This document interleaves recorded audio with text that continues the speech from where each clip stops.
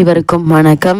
கன்னிராசினியர்களுக்கு நிகழ்ந்து கொண்டிருக்கும் 2024 ஆண்டினுடைய கடைசி மாதமான இந்த டிசம்பர் மாதம் 1ஆம் தேதி முதல் 31ஆம் தேதி வரை உள்ள அடுத்த 31 நாட்களில் ஏற்பட போகும் கிரக மாற்றத்தால் உங்களுக்கு ஏற்பட போகும் தானாக நடக்க போகும் நல்லது என்ன, அலட்சியம் வேண்டாம், அவசியம் பாருங்கள். அப்படி கன்னிராசினியர்களுக்கு என்ன மாதிரியான நன்மைகள் எல்லாம் ஏற்பட இருக்கு, கிரக நிலைகளின் ரீதியாக இருக்கும் சாதகங்கள் என்ன, பாதகங்கள் என்ன, இந்த மாதத்தை பொறுத்த வரைக்கும் கிரகங்களுடைய சஞ்சார நிலைகள் என்ன என்று பார்க்கும்போது ரிஷபத்தில் குரு பகவான் வக்ரகதியிலும், கடகத்தில் செவ்வாய் நீச்சம் பெற்றும், கன்னியில் கேதுவும், விருச்சக ராசியில் சூரியனும் புதனும், கும்பத்தில் சனி பகவானும், மகரத்தில் சுக்கிரனும், மீனத்தில் ராகுவும் சஞ்சரிக்கிறாங்க. இந்த கிரகங்களுடைய சஞ்சார நிலைகளின் காரணமாக கன்னிராசினியர்களுடைய வாழ்வில் குடும்ப சூழ்நிலை ரீதியாக உத்தியோகம், தொழில், வியாபாரம், கலைத்துறை, அரசியல் துறை, மாணவ மாணவிகள், விவசாயத்துறையினர், பெண்மணிகள் என அனைவருக்குமே என்ன மாதிரியான நன்மைகள் எல்லாம் ஏற்பட இருக்கு என்பது குறித்தான முழுமையான பதிவு தான் இந்த வீடியோல ரொம்ப விரிவா பார்க்க போகிறோம். அந்த வகையில கன்னிராசினியர்களை பொறுத்த வரைக்கும்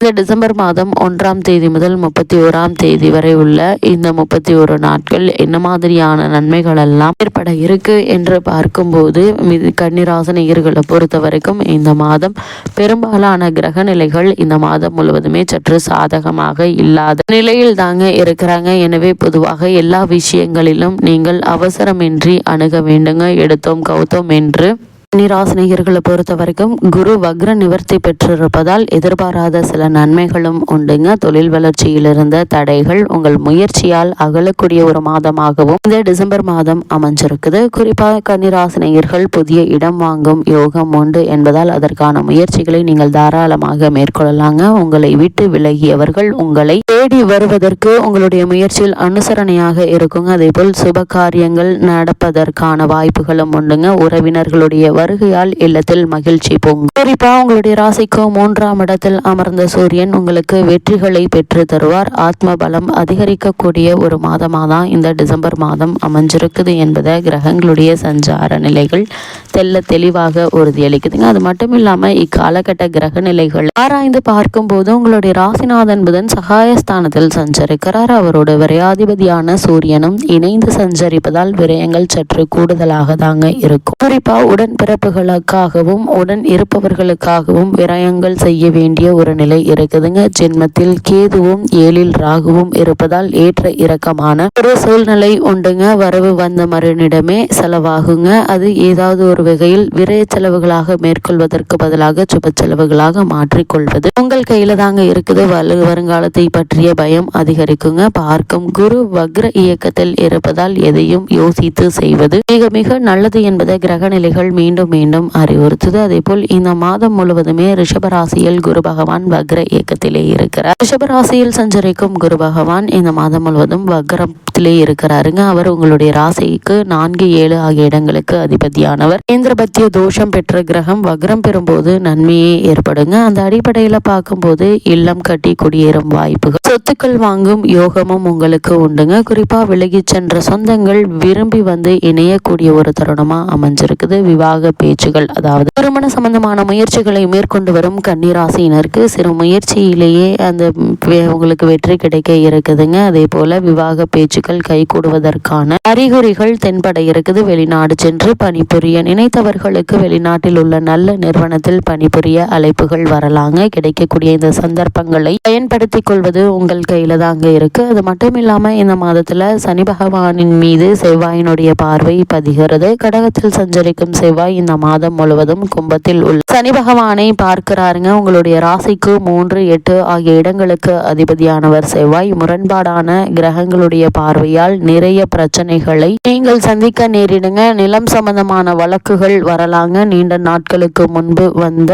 உங்களுடைய ராசிக்கு 3, 8 ஆகிய இடங்களுக்கு அதிபதியானவர் செவ்வாய் முரண்பாடான கிரகங்களுடைய பார்வையால் நிறைய பிரச்சனைகளை சந்திக்க வேண்டிய ஒரு நிலை இருக்குதுங்க. நிலம் சம்பந்தமான வழக்குகள் கூட வரலாங்க. நீண்ட நாட்களுக்கு முன்பு வந்த நோய் மீண்டும் தலைதூக்கி மனக்கவலைகள் தரலாம். உத்தியோக மாற்றம் திடீரென ஏற்பட்டு உள்ளத்தை வாட வைக்குங்க. பொது வாழ்வில் உள்ளவர்களுக்கு விருப்பம் இல்லாத பொறுப்புகள் கிடைக்குங்க. என்ன பொறுப்புகள் கிடைத்தாலும் இதிலும் நீங்கள் எச்சரிக்கையோடு இருப்பது மிக மிக நல்லது என்பதை கிரக நிலைகள் மீண்டும் மீண்டும் அறிவுறுத்துதுங்க. அது மட்டும் இல்லாம கன்னிராசினியர்களை பொறுத்த வரைக்கும் செவ்வாய் தற்போது நீச்சம் பெற்று சஞ்சரிக்கிறாருங்க. இந்த மாதம் முழுவதுமே உங்களுடைய ராசிக்கு 3, 8 ஆகிய இடங்களுக்கு அதிபதி என்பதால் உங்களுக்கு நன்மை என்று தாங்க சொல்ல வேண்டும். சென்ற மாதத்தில் ஏற்பட்ட இழப்புகளை ஈடு செய்ய புதிய வாய்ப்புகள் வந்து சேர இருக்குது. பொருளாதார பிரச்சனைகள் அகல இருக்குதுங்க. இதுவரை விலகி இருந்த உடன்பிறப்புகள் இப்போது விரும்பி வந்து இணைந்து உங்களுடைய முன்னேற்றத்திற்கு வழிகாட்டுவாங்க. கடன் சுமை படிப்படியாக குறையுங்க. இடமாற்றம் வீடு மாற்றம் எளிதில் கிடைக்குங்க. பாக பிரிவினை சம்பந்தமான வழக்குகள் இருந்துச்சு அப்படின்னா அந்த வழக்குகள்ல உங்களுக்கு சாதகமான தீர்ப்பு கிடைப்பதற்கான சாத்தியக்கூறுகள் அதிகம் இருக்கு என்பதை கிரக நிலைகள் தெளிவாக உறுதியளிக்குது. கடகராசியில் நீச்சம் பெற்றிருக்கக்கூடிய செவ்வாய் இந்த மாதத்தினுடைய முற்பகுதியில வக்ரமம் பெறுகிறார். உங்கள் ராசிக்கு சகாயஸ்தானாதிபதி வக்ரம் பெறுவதால் நல்ல வாய்ப்புகள் பல கை நழுவி கூட செல்லலாங்க. நாடு மாற்றம் வீடு மாற்றம் போன்றவை எண்ணத்தில் இருக்குமே தவிர எளிதில் கிடைக்காதுங்க. ஏதாவது ஒரு தடங்கல்கள் தாமதங்கள் ஏற்படுவதற்கான வாய்ப்புகளும் உண்டு. உடல் நலத்துல கவனமாக இருங்க. சிறு உடல் உபாதை என்றாலும் கூட உடனே மருத்துவரிடம் அணுகி அதற்கான சிகிச்சை எடுத்துக்கொள்வது மிக மிக நல்லது. மூட்டு வலி முழங்கால் வலி என்று ஏதேனும் ஒரு வலி இருந்து கொண்டே இருக்குங்க. முக்கிய புள்ளிகளை பகைத்து கொள்ள வேண்டாம். அதே போல இந்த மாதத்தை பொறுத்த வரைக்கும் தனுசு ராசியில் சஞ்சரிக்கக்கூடிய சுக்கிரன் மகர ராசிக்கு பயிற்சியாகி அங்கு சஞ்சரிக்க இருக்கிறாருங்க. அதாவது உங்களுடைய ராசிக்கு தனஸ்தானம் மற்றும் பாக்கியஸ்தானத்திற்கு அதிபதியானவர் சுக்கிரன். தன பாக்கியாதிபதி சுக்கிரன் பூர்வ புண்ணியஸ்தானத்திற்கு வரும்போது புதிய திருப்பங்கள் ஏற்படுவதற்கான வாய்ப்புகள் அதிகம் இருக்குது. நினைத்ததை நினைத்த மாத்திரத்தில் செய்து முடிப்பீங்க. குறிப்பா ஒரு சிலருக்கு தற்போது நடைபெற்று வரும் தசாபுக்திகளின் அடிப்படையில